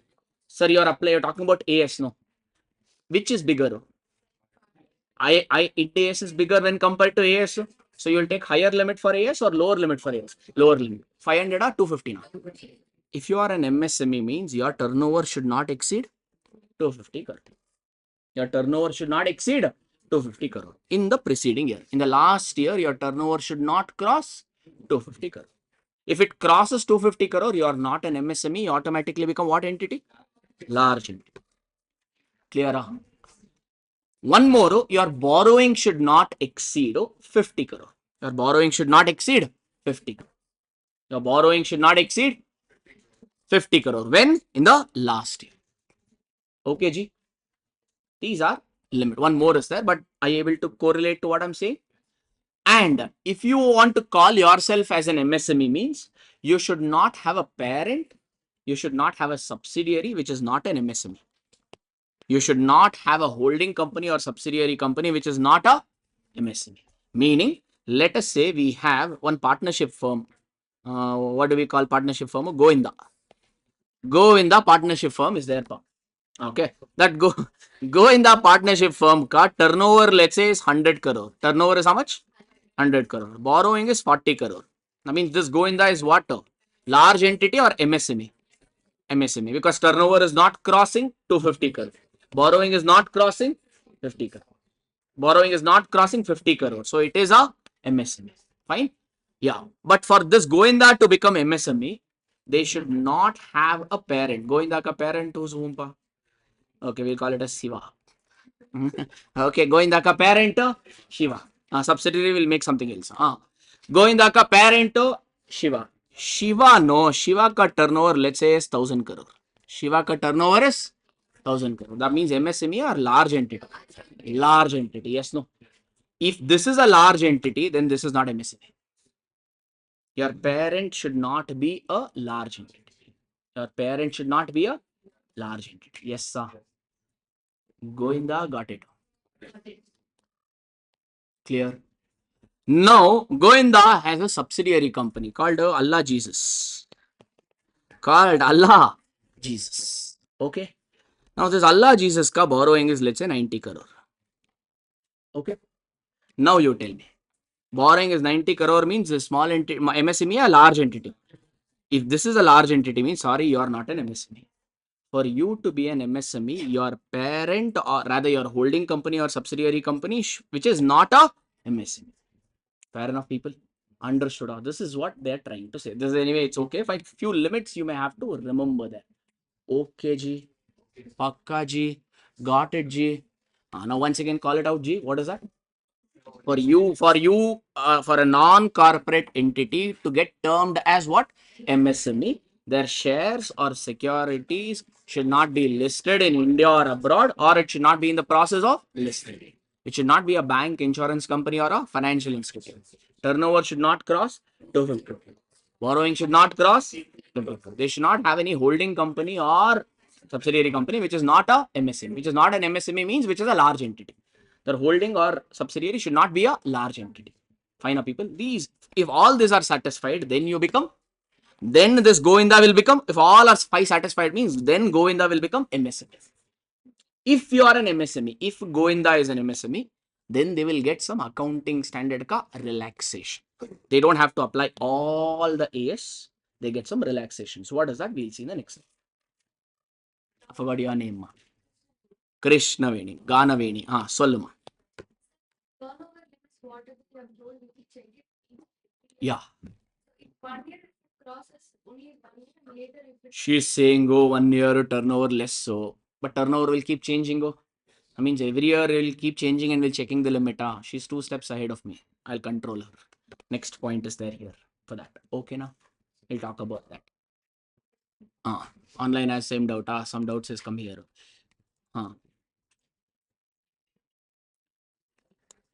Yeah. In this case, Govinda will not be an MSME means if this example comes into picture means Govinda will not be an MSME. It will become what entity? It will become large entity. If you are large entity means accounting standard relaxation applicable or not applicable? Only for MSME you get AS ka relaxation. Large entity does not get relaxation. Someone said explain once again. Bhavana ji, nimma bhavane. Okay, na understood. Let me restrict myself there. MSME basically is a small entity. That's all. MSME is a small entity. They can't afford to apply all accounting standards. They need some shortcuts. So MSME gets some benefits or shortcuts from AS. What shortcuts I will tell you.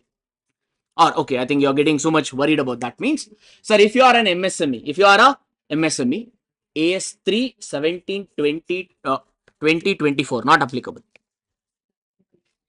Accounting standard 3, accounting standard 17, accounting standard 20, accounting standard 24, not applicable. That's a relaxation. Understood? That is the reason we are studying what is a MSME. We'll talk about this also because some of you are asking that doubt to why anta. I just told you like this. These are some benefits MSME gets. Now better Gayatri, Bhavana. Okay, that's what I meant by relaxation. Okay, sir. Fine, sir. Coming back, sir.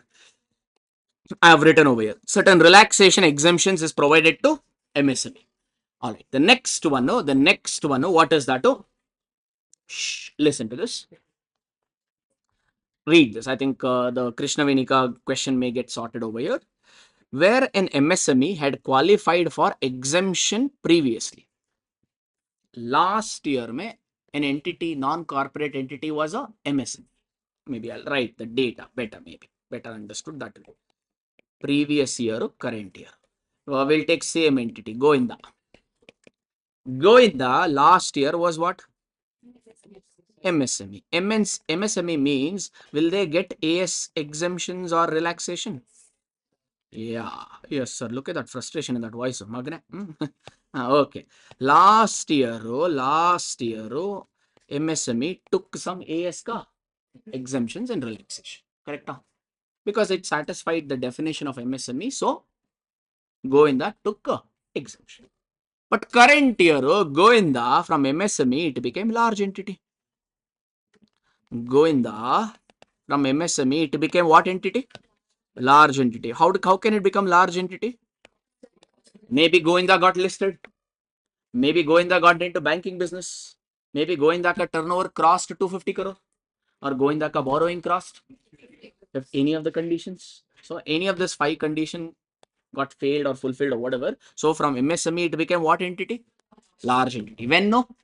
Current. Now, is AS exemption applicable for current year for Goinda? Applicable? Exemptions and relaxations applicable or not applicable? Not applicable. Clear? Everyone okay? This is the first point.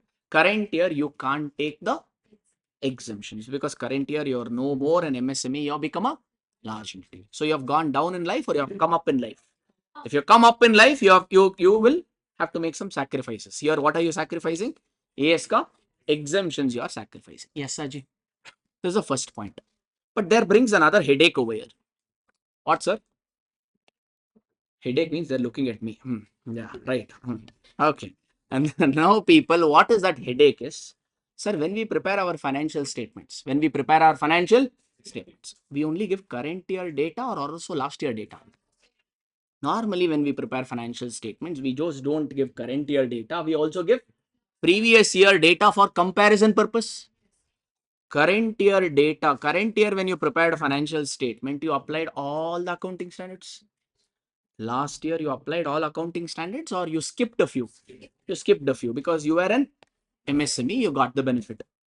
That means, are these two financial statements comparable? No.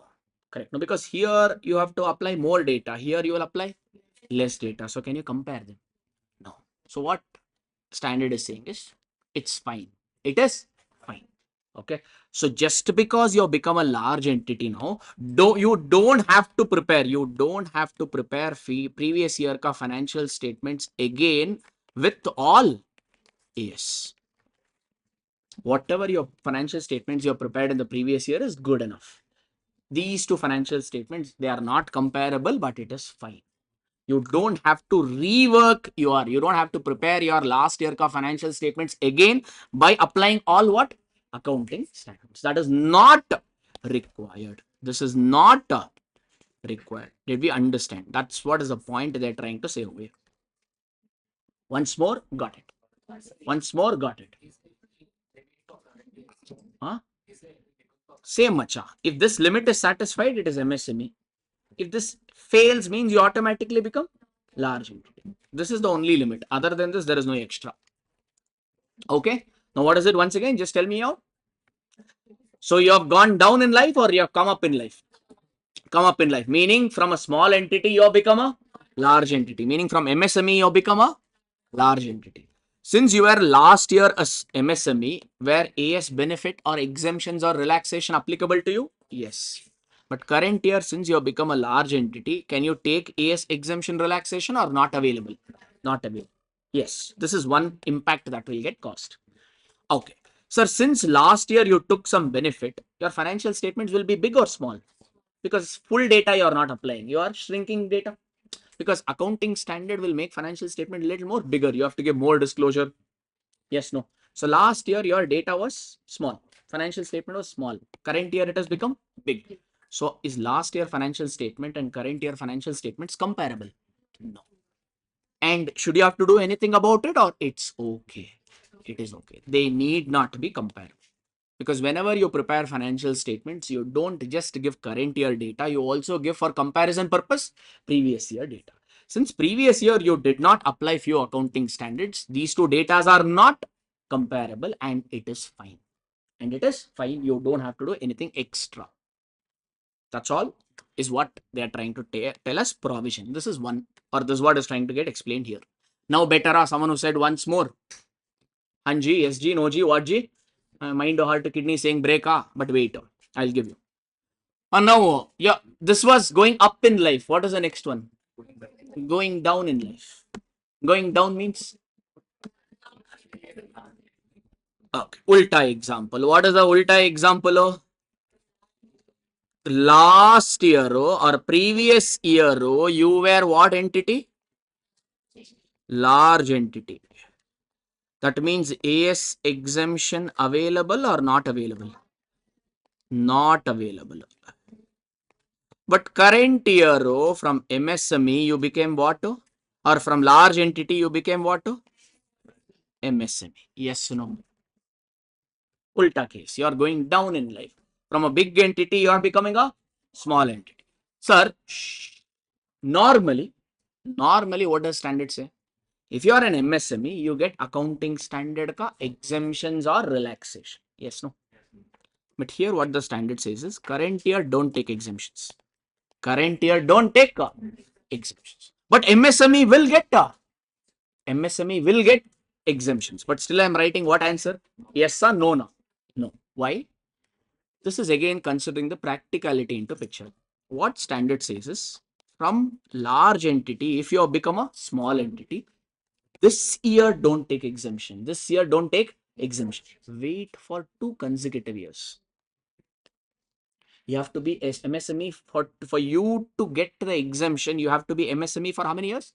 2 consecutive years. That means next year also you need to check. Next year also you need to check. Next year also, if you are an MSME, 1 year you are an MSME, second year also you are an MSME. That means second year you can take the exemption. This is the rule. Okay, Ji.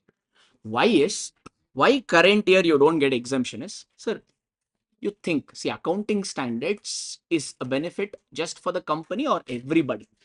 Everybody. So standard setters have thought from everybody's angle, not just company angle. Now you think from previous year it was a large entity, current year it has become MSME, means it's a happy news for the company or a sad news? Company has performance has reduced. Now just because company ka performance has reduced and it become MSME, if company starts taking AS ka exemption, company will say, I will get AS ka exemption, and they will disclose the data or they will not disclose data. They will not disclose data because MSME will get exemptions. But for an investor, is it fair? Don't you think as an investor, they would like to know why this particular downfall happened? Now, if a company gives, if the ICI gives the benefit, now you are an MSME, if they say take the benefit, company will not disclose the data. That means investor will not know full reason as to why a large entity became MSME.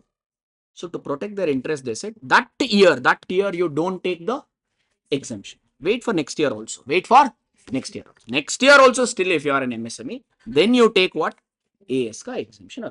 So this is in protection of everybody involved. These some provisions have been built up. Now okay na. Your doubt is answered, Amma. You drink water until no problem. Sir, Tarun is saying, I understood all this. So when will you show attendance? I will throw water on your shoe. That is this provision. So if you are going down in life, will you get exemption immediately or 2 consecutive years? Wait for 2 consecutive years. That's it. Then only you can take the exemption. That's all is this provision all. Next one, sir. J. Next one, sir. J. Yes, sir. Sir, this relaxation is there, no? This relaxation exemption is there, no? It is optional. It is optional. Meaning if MSME wants to take this exemption, they can take. Otherwise, if they still want to apply that in AS, they can do so. Yes. This exemptions or relaxation are totally optional. Like here, MSME don't have to apply which standards, which and all standard MSME need not apply. This you have to remember. AS 3, 17, 20 and 24. One Goinda. Goinda is our MSME. Goinda is saying AS3 I will apply. Goinda is saying AS3 I will apply. 17, 20 and 24 Goinda is saying I will not apply. I will take relaxation. But AS3 ka relaxation I will take or I will not take? Not take. Goinda is saying I want to do this. Is it allowed? Yes. But you need to disclose. Goinda needs to disclose. Disclose what? What exemptions they are taking, what exemptions they are not taking, they need to disclose. That point is given over there. Correct, Ajay? It's totally optional. Which one they want to take, which all they want to take, you do it, but give a disclosure what and all, what you have done basically. What you have availed, what you have not availed, give a disclosure. Hanji, where are we? Physically, I know, mentally. Mentally paradise, huh? Which paradise? Class only, yeah. Good for you. Home, sapada. Okay. Okay. Maintain some diplomacy. Online will start posting some comments on last batch. I think some porky people were there. They start commenting something and all for all these questions. Okay, this time batch is better. Okay. So now we got a few things. What is that few things? Few relaxations. What relaxations we have learned so far? AS3, 17, 20, 24 is not applicable in full. Sir, many relaxations are there. I've just summarized it into 3 paras. At least this much you remember. Everything may be a little difficult for us to remember. After all, we are also human beings. So I've just thought and established the connections and thought this much I think we can try to remember. 4 we already know. What are those 4? 3, 17, 20, 24. Don't worry about the numbers. We have everything in our syllabus. In fact, after break, this is the standard we are starting. Okay. All right. One by one we will start. Okay. Okay. Shh. No. If you are an MSME, important. If you are an MSME, AS 18 and 28. AS 18 and 20. AS 18 is a related party disclosure, 28 is impairment. That also is not applicable. For whom? MSMEs. 18 and 28 is also not applicable for MSME, but they put some conditions for these two. For 18 and 28, blindly it is not applicable. You'll have to comply with some conditions. I told no 4 numbers you have to remember numerically. 500 crore, 250 crore, 50 crore, one more 10 crore. 250 crore, 500 crore, 250 crore, 50 crore, 10 crore. 50 and 10 for what is? Probably what is the 10 you are wondering now? 10 is this limiter. 50 and 10 is this limiter. For MSME to take AS 18 ka and AS 28 ka benefit, that particular MSME ka turnover should not exceed 50 crore, borrowing should not exceed 10 crore in the last year. If these two happens means 18 and 28 ka exemption also they can take. Okay. If you are a normal MSME, you can take 4 standards exemption. 3, 17, 20, 24. 2 more standard ka exemption you can take provided additional condition gets satisfied. What is our additional condition? The turnover not to exceed 50 crore in the last year and borrowing should not turnover not 50 crore and borrowing not exceeding 10 crore. Done, Aji. And this also you should not have any holding or parent which is not a MSME. Done, Aji. Okay. This is with respect to full exemption. Full exemption you can take with respect to all of these standards. Certain relaxation is applicable. Accounting standards gives a lot of disclosure requirements. There are many disclosure requirements. So from few disclosure requirements, we don't have to go about what is that disclosure. Just know that few relaxations are applicable with respect to few AS. That is 15, 19 and 28. Certain relaxation is applicable from few standards. What are those? 15 for employee benefits, 19 for leases, AS 29 for provision, contingent liability, contingent asset. It will come one by one. You don't have to worry about the names for the time being. These are all individual topics in our syllabus. One by one we will start. Name and numbers will automatically get. You'll remember. No need to worry about that. This is not entirely applicable, or few things of this is not applicable. In these standards, few relaxation you will get. You have to apply, you have to comply with all the standards, but few part you can take relaxation. 15, there are many relaxation standards. I'm expecting you to remember three things: 15, 19 and 20. Okay, G, all are 9. I think you can somehow, I think 1 or 2 times if you review it, you will be able to understand. Since it's an amendment, they may ask you this, which all standards are not applicable. So this para, if you write 2, 3 marks, swaha, you can do an exam. If it comes, it can come. Then Ajay. Now we are almost last edge. Can we go to that? Sir, if you are not an MSME, you automatically become what entity? Large. If you are a large entity, boss, you don't get any exemption. You have to apply with, or you have to comply with all the accounting standards. Only MSMEs get some exemptions in full and certain relaxations. But large entities have to comply with all the accounting standards. Okay, Ji. Sir, this was the drama for what entities? Non-corporate entities. For non-corporate entities, we categorize them into large entity and MSME. MSMEs get some exemptions, what and all we have seen. Large entity ka drama also we have seen. But there could be some corporate entities which are not applying Ind AS, but which they are applying AS. Possible.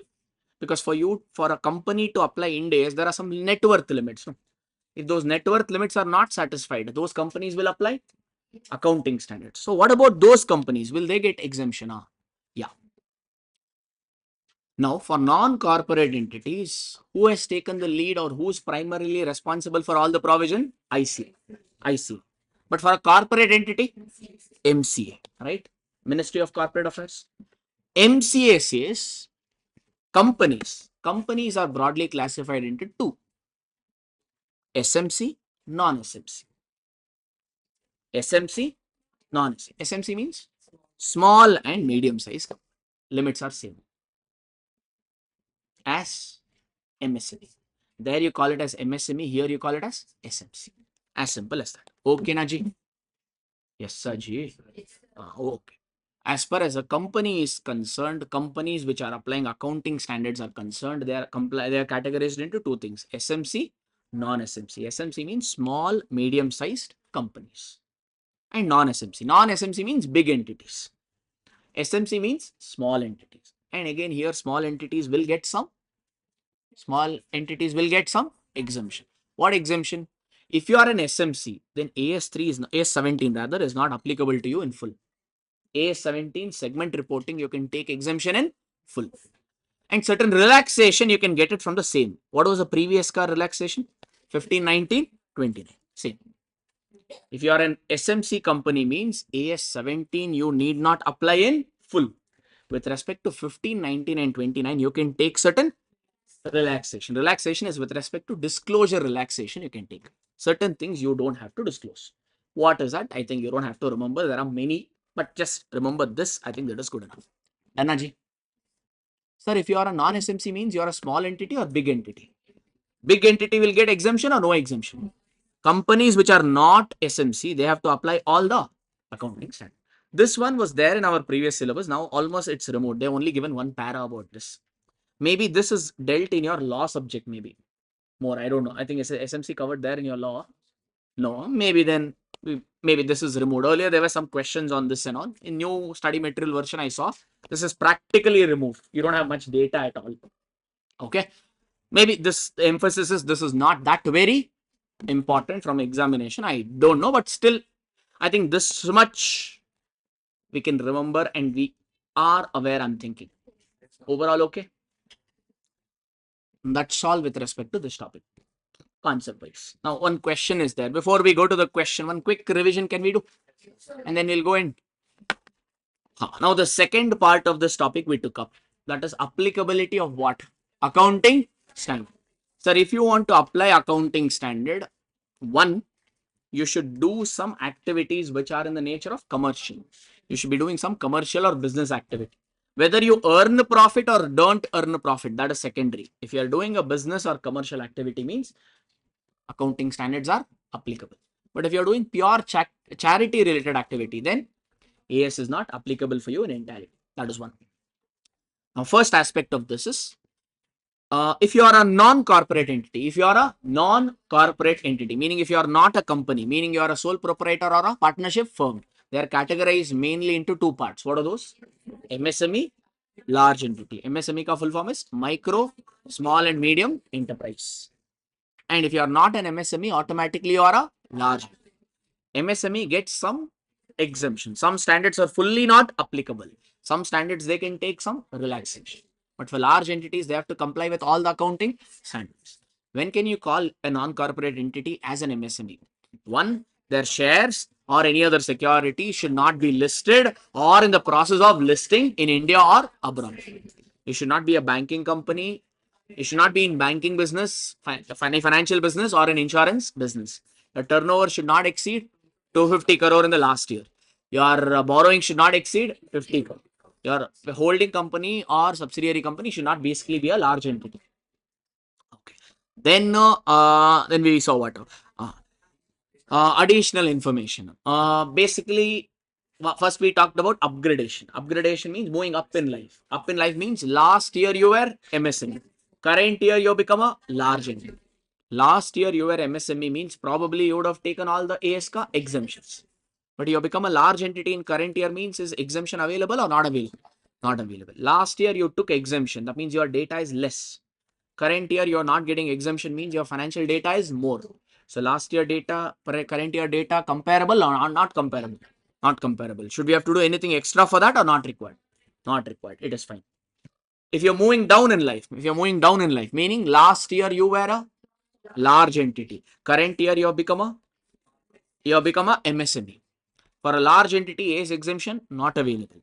But for an MSME, ideally exemptions are available. But if you are going in the downgradation stage, if you are moving down in life, the moment you become MSME, will you get exemption? No, you will have to be an MSME for how many years? 2 consecutive years. This year, don't take exemption. Next year also, if you are an MSME, you can take exemptions. MSME ka exemptions. Now, what and all relaxation exemption? First, if you are an MSME, which all standards is not applicable to you in its entirety? 3, 17, 20 and 24. These four are not applicable to you in full.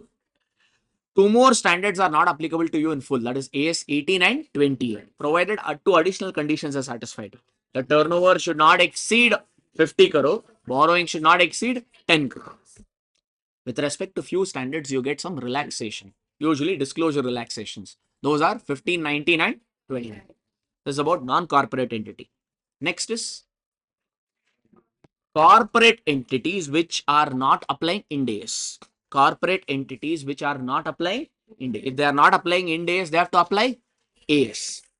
They have categorized into two things. What are those two things? SMC, small and medium sized companies, non-SMCs. SMC means small company. Non-SMC means large company. Who will get exemptions? Large or small? Small companies or SMCs will get some exemption. SMC will get exemption, full exemption with respect to which standard? AS 17. Some disclosure exemption or some relaxation they get with respect to 15, 19 and 20. If you are a non-SMC, you'll have to apply all the accounting standard. That's all we have learned till here with respect to this standard. A pure memory driven topic this is. Okay, but still can come for 2-3 marks. So good to know. Now, can we quickly review the MCQ questions? From which period the scheme revision has happened? I told this standard got an amendment. Which date is that? 1st April 2024. Okay. Which of the following is not a condition for classification of a non-corporate entity as a MSF? They are asking about condition or which is not a condition.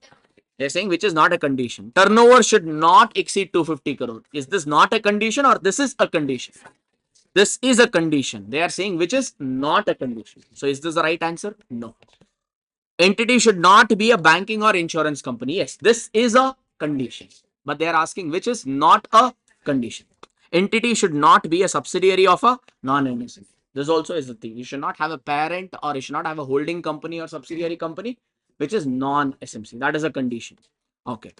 That means entity should not have a borrowing exceeding 100 crore. Is 100 crore the criteria or 50 crore? 50 crore. So this is not the condition because the limit is wrong. It is not 100 crore, it is 50 crore. So which is the right option? C for Chennai. Which accounting standard is not applicable to all MSMEs? 1922 or AS3? The things are AS3, 17, 20 and 24. 3, 17, 20 and 24. Which option is there over here? B. B for Bengaluru is the right option. If a non-company entity newly qualifies as MSME, non-corporate entity, it has become newly qualified as MSME. Meaning last year it was a large entity. From a large entity, it has got newly qualified as MSME. Immediately, can they take exemption or wait for 2 consecutive years? They'll have to wait for 2 consecutive years to take the MSME ka exemption. So this is your upgradation or rather downgradation wala phases. So C for Chennai is the right option. I hope you're getting it. I'm quickly reviewing this. Hope it's okay with you. Zeta Traders is a partnership firm. Their turnover is 240 crore. So for MSME, turnover should not exceed 250 crore. Exceeded or not exceeded. So condition is satisfied. Borrowing is 40 crore. Borrowing should not exceed 50 crore. Failed or satisfied? Satisfied. This is in 23-24 year. It is not a bank. Good. It is not an insurance business also. It is not listed also. It does not have any holding company of other entity also. I mean, this Zeta Trader is a large entity or MSME? It is an MSME. Correct, Aji? Yes, Aji. This is in which year? 23, 24, that year. For 24, 25, next year, it wants to avail exemption of MSME. Can they take it? Yeah. If from a large entity, if you have become, maybe the question is built on that side. From a large entity, if it becomes MSME, can they take the exemption ka MSME immediately or wait for 2 consecutive years? Wait for 2 consecutive years. Yes, you can take exemption because it qualifies as MSME in this year. Correct, Aji? Okay, Naji. Sixth question. A, B, C and Co. Just because you see Co, it doesn't mean a company. Okay, right? For company, we have this concept called LTD. No, they write it as a limited and all. Okay, private limited or limited or whatever be the case. ABC and Co is a non-company entity which was an MSME in which year?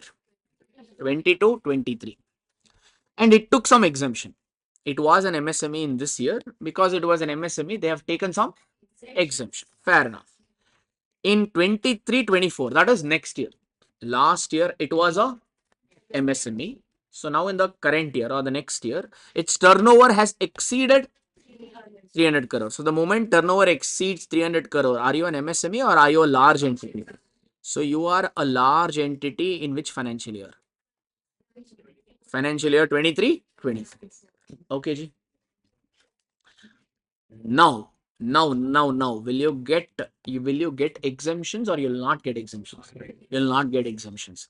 So current year you will not get exemptions. Last year you got exemptions.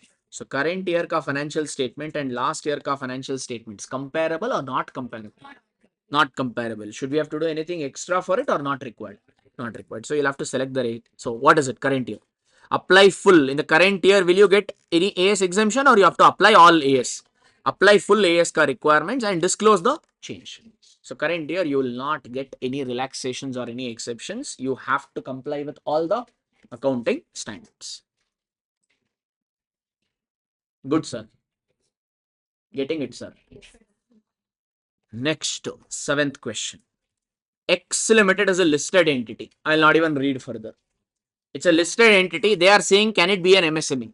Sir, for you to be an MSME, one of the condition is you should not be listed nor in the process of listing in India or abroad. If you are already a listed entity, means can you be an MSME? Sorry, you are not an MSME because you have already listed. So B for Bengaluru, right option.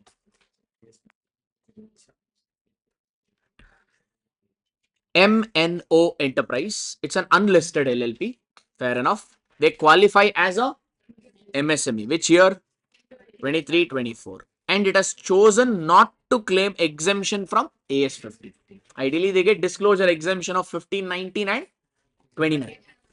But this and all is compulsion or choice? Choice. Last year, they are in this year, they are an MSME. Ideally, they get AS 15 ka relaxation they get. but company wants to take that relaxation or they don't want to.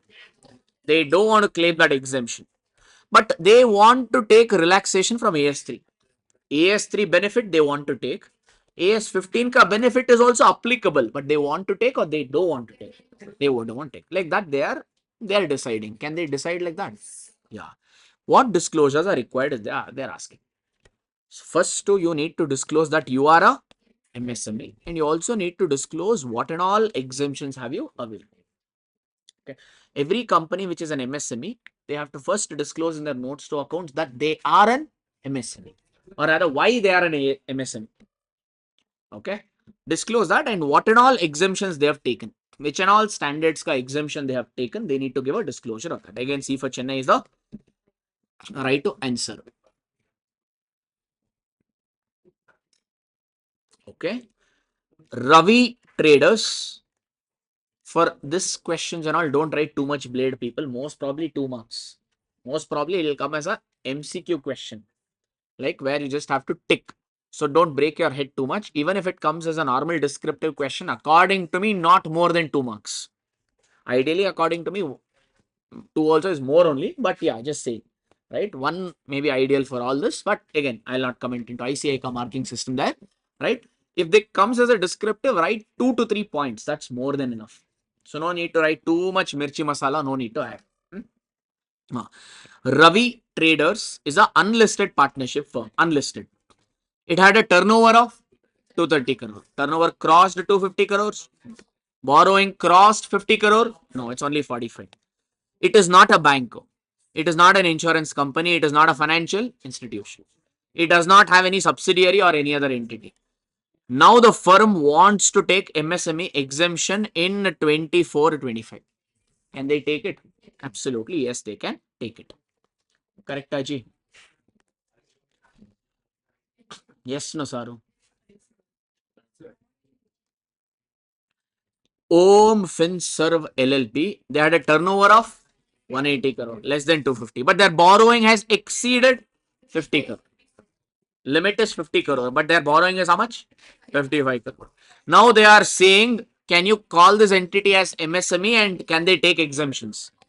Since your borrowing exceeded 50 crore, you are not a MSME, but rather you are a large entity.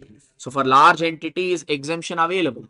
No, so you are not an MSME and you don't get ASCA exemptions and relaxations. That's all you need to write. Okay, people. Yeah, that's all. This is manageable now. The file I've sent, you can make do with this now. That's it with respect to this particular amendment or chapter, whatever you want to call it. Thank you.